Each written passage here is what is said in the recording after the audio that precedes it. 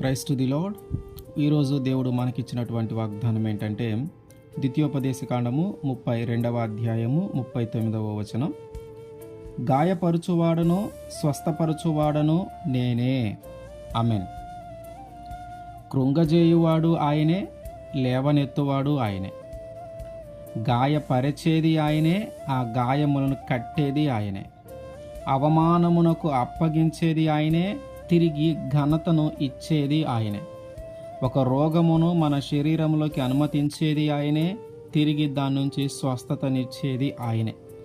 ఆయనే మన దేవుడైనటువంటి నజరేయుడైనటువంటి యేసుక్రీస్తు వారు. ఆయనకి సాధ్యము కానిది ఏదీ లేదు, సమస్తము సాధ్యమే. ఆయన సర్వ అధికారము కలిగిన వాడు. దరిద్రులను అధికారులతో కూర్చుండబెట్టడానికి అవకాశం ఉన్నటువంటి వ్యక్తి. మహిమగల సింహాసనము మీద వాళ్ళని స్వతంత్రింపజేయగలిగినటువంటి వ్యక్తి. మంటిలో నుండి ఆయన బేదలను పైకెత్తువాడు. లేమిగల వారిని పెంటకుప్ప మీద నుండి లేవనెత్తువాడు ఆయనే.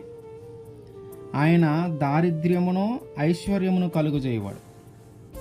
ఇంత గొప్ప దేవుడు కొన్నిసార్లు మనల్ని కృంగదీస్తూ ఉంటాడు. కొన్నిసార్లు మనల్ని అవమానానికి అప్పగిస్తూ ఉంటాడు. కొన్నిసార్లు మనకి గాయములు చేస్తూ ఉంటాడు. దాని ఉద్దేశం ఏమిటంటే, ఆ అవమానమును తట్టుకోలేక మనం ఏదైనా చేసుకోవాలనో, ఆ గాయముల వలన బాధను అనుభవించలేక మనము మరణించాలనో దాని ఉద్దేశం కాదు. కానీ ఒక తండ్రి తన కుమారుణ్ణి గద్దిస్తూ ఉంటాడు. గద్దించిన మాట వినకపోతే కొన్నిసార్లు శిక్షిస్తూ ఉంటాడు. ఎందుకు తండ్రి తన కుమారుని గద్దించటము శిక్షించడము చేస్తాడంటే, ఆ కుమారుడి ప్రవర్తన మారటానికి, ఆ కుమారుడు తండ్రి మాట వినటానికి, ఆ కుమారుడు తన మార్గమును మార్చుకోవటానికి, ఆ కుమారుడు తన ప్రవర్తనను తన ఆలోచనను మార్చుకోవటానికి కొన్నిసార్లు తండ్రి గద్దిస్తాడు, శిక్షిస్తాడు. అట్లాగే కొన్నిసార్లు అదే తండ్రి వీడికి ఎంత నమ్మకం ఉంది, వీడికి ఎంత ప్రేమ ఉంది, నేను ఏదన్నా అంటే తిరిగి నన్ను అంటాడా లేదా నా మాటకు లోబడతాడా అని కూడా కొన్నిసార్లు పరీక్షిస్తూ ఉంటాడు తండ్రి.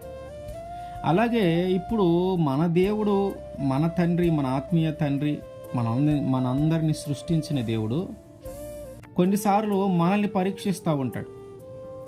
కొన్నిసార్లు మనము ఒకవేళ మార్గం తప్పిపోతే సరి చేసుకోవటానికి గద్దింపునిస్తూ ఉంటాడు.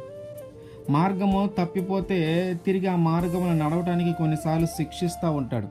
అట్లాగే కొన్నిసార్లు పరీక్షిస్తూ ఉంటాడు. ఎంత విశ్వాసం ఉంది, ఎంత నమ్మకం ఉంది, ఈ టైంలో గద్దించినా నన్ను దాటి వెళ్ళిపోతాడా, ఒకవేళ శిక్షిస్తే నన్ను వదిలిపెట్టి దూరంగా వెళ్ళిపోతాడా, ఏదైనా అవమానానికి అప్పగిస్తే ఇక ఇంతటితో భక్తిని ఆపేసి వదిలేసి వెళ్ళిపోతాడా, ఏదైనా గాయములు చేస్తే ఇక దేవుడొద్దు ఏమొద్దని వెళ్ళిపోతాడా, ఒక వ్యాధిని కలుగజేస్తే ఇక అసలు ఈ దేవుడొద్దు ఏమొద్దని తన భక్తిని, తన విశ్వాసాన్ని, తన నమ్మకాన్ని మొత్తం కోల్పోయి వెళ్ళిపోతాడా, అసలు ఎంత విశ్వాసం ఉంది, ఎంత నమ్మకం ఉంది అని పరీక్షించటానికి కూడా కొన్నిసార్లు దేవుడు మనల్ని అవమానానికి అప్పగిస్తాడు. దేవుడు కొన్నిసార్లు మన మీదకి నిందలు తీసుకొని వస్తాడు. దేవుడు కొన్నిసార్లు మనల్ని కృంగదీస్తాడు, లేమిలోనికి తీసుకొని వస్తాడు. దాని ఉద్దేశము తిరిగి ఘనత పొందటానికే. దాని ఉద్దేశము తిరిగి ఏదైతే అవమానం పడ్డామో అక్కడ తిరిగి ఆశీర్వదింపబడటానికే. హన్నా అనేకమైన నిందలు, అవమానాలు, ఏడుపుతో అల్లాడిపోయిన పరిస్థితి. ఎగతాళి చేస్తూ ఉన్నారు, గొడ్రాలువి నువ్వు, నీకేమీ లేదు, నువ్వు గొడ్రాలువి అని ఎగతాళి చేస్తూ ఉన్నారు. ఎగతాళి చేస్తూ ఉంటే ఆ అవమానమును తట్టుకోలేక, ఆ నిందలను తట్టుకోలేక దేవుని దగ్గరకు వచ్చి ఏడుస్తూ ఉంది, దుఃఖపడుతూ ఉంది. అయ్యా నన్ను ఇట్లా అంటున్నారు, ఈ అవమానాన్ని నేను తట్టుకోలేకపోతున్నా, ఈ నిందలను నేను తట్టుకోలేకపోతున్నా, ఈ బాధలు నేను తట్టుకోలేకపోతున్నా, అయ్యా నాకు సహాయం చెయ్యి, నాకు గర్భఫలమునివ్వయ్యా అంటే దేవుడు ఆమె మొరను విని ఆమె గర్భాన్ని తెరిచాడు. దేవుడు ఆమె మొర వినటాన్ని బట్టి వచ్చిన వ్యక్తే సమూయేలు గారు. ఎట్లాంటి వ్యక్తి వచ్చాడంటే, ఒక చరిత్ర తిరగరాయగలిగే అంత ఒక స్థాయి కలిగిన వ్యక్తి ఆమె గర్భం నుంచి వచ్చాడు.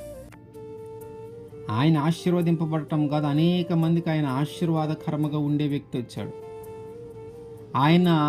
ఆయన కోసము అధికారులు ఎదురు చూశారు, ఆయన కోసము రాజులు ఎదురు చూశారు, ఆయన రాజుల్ని అభిషేకించాడు. సమూయేలు గారు ఎలా చెప్తే అట్లా రాజులు నడుచుకున్నారు. అంత గొప్ప వ్యక్తి వచ్చాడు. అంతకుముందు అవమానం ఆ తల్లికి, ఇప్పుడు అట్లాంటి కొడుకుని కన్నందుకు ఘనత. మన జీవితంలో కూడా కొన్నిసార్లు దేవుడు అవమానానికి అప్పగిస్తాడు. అవమానానికి అప్పగించాడు కదా అని మనం భక్తిని వదిలేసి వెళ్ళకూడదు. అవమానానికి అప్పగించాడు కదా అని అవమానపడతా ఉన్నాం, నిందలు పడతా ఉన్నాం, వీళ్ళనే మాటలు భరించలేకపోతా ఉన్నామని దేవుని వదిలేసుకొని వెళ్ళకూడదు. ఎందుకంటే అవమానపరిచేది ఆయనే, ఘనత కలుగజేసేది ఆయనే. యోబు గారి జీవితంలో జరిగిన సంఘటన మనందరికీ తెలిసిందే. దేవుడు పరీక్షిద్దాం, ఒక రోగము తనకున్నవన్నీ కోల్పోయేలాగా చేసి ఒక రోగాన్ని పెట్టించాడు. అవన్నీ ఆ సాతాను ఏం చేయగలిగిందంటే, ఆ రోగం తేగలిగింది, తనకున్నవన్నీ కోల్పోయేలాగా చేసింది, కానీ ఆయన ప్రాణాన్ని మాత్రం ముట్ల. ఎందుకంటే దేవుడు అధికారం ఇలా అతని ప్రాణమును మాత్రముని ముట్టొద్దన్నాడు. ఈరోజు మన స్థితి ఏంటి? మనము కూడా అట్లాంటి వ్యాధులతో, రోగములతో, అన్ని కోల్పోయిన పరిస్థితిలో కానీ మనం ఉంటే, మనం గ్రహించుకోవాల్సిన విషయం ఏంటంటే, దేవుడు మనల్ని పరీక్షిస్తున్నాడు. ఎలాగైతే యోబు గారిని పరీక్షించాడో అట్లాగే మనల్ని కూడా పరీక్షిస్తున్నాడు. ఆ పరీక్షకు మనం నిలబడాలా? దేవుడే ఇచ్చాడు, దేవుడే తీసుకున్నాడు అనే మాట మన నోటి నుంచి రాగలగాల. అంత విశ్వాసము, అంత నమ్మకము మనలో ఉండాలి. ఎప్పుడైతే మనం అలా ఉండగలుగుతామో అప్పుడు ఆయన రెట్టింపు ఆశీర్వాదాన్ని ఇస్తాడు.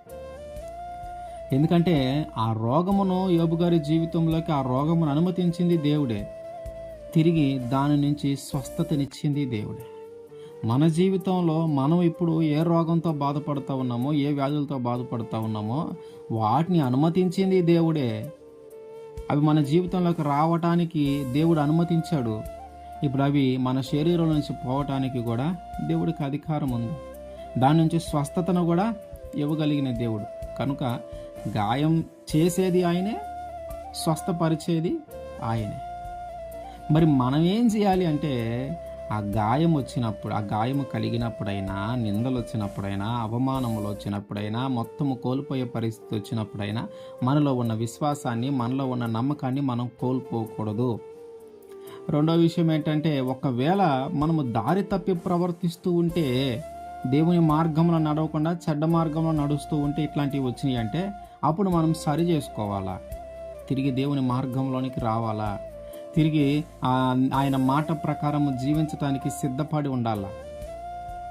దేవుడు అవమానానికి గురి చేస్తూ ఉన్నాడంటే, నిందలకు గురి చేస్తూ ఉన్నాడంటే రెండే కారణాలు. ఒకటి, మనం మార్గం తప్పామని కానీ, లేదంటే దేవుడు మనల్ని పరీక్షిస్తున్నాడు అని కానీ. మార్గము తప్పితే సరి చేసుకొని తిరిగి మార్గంలోకి నడవాలా. ఒకవేళ పరీక్షింపబడుతుంటే మన విశ్వాసాన్ని, మన నమ్మకాన్ని కోల్పోకుండా మనం బలమైన విశ్వాసంతో, బలమైన నమ్మకంతో నిలబడాలి.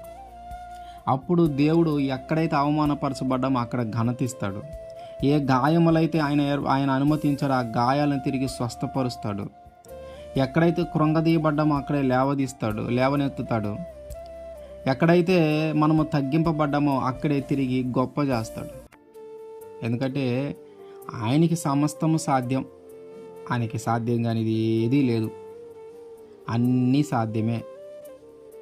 ఆయన ప్రతిదీ చేయగలిగిన దేవుడు, అంత అధికారం కలిగిన దేవుడు. కనుక ఒకవేళ మనం ఇట్లాంటి స్థితిలో ఉంటే, మన జీవితంలో ఎందుకు ఇట్లాంటి పరిస్థితులు ఎదురవుతూ ఉన్నాయి అనే ఆలోచనలో కానీ ఉంటే, మనము చేయాల్సింది ఒకటి, మన ప్రవర్తన మార్చుకోవటం. రెండు, మనం పరీక్షింపబడుతూ ఉంటే ఆ బలమైన విశ్వాసంతో, బలమైన నమ్మకంతో నిలబడటం. అప్పుడు దేవుడు కోల్పోయినవన్నీ తిరిగి మనకి అనుగ్రహిస్తాడు. ఆమేన్.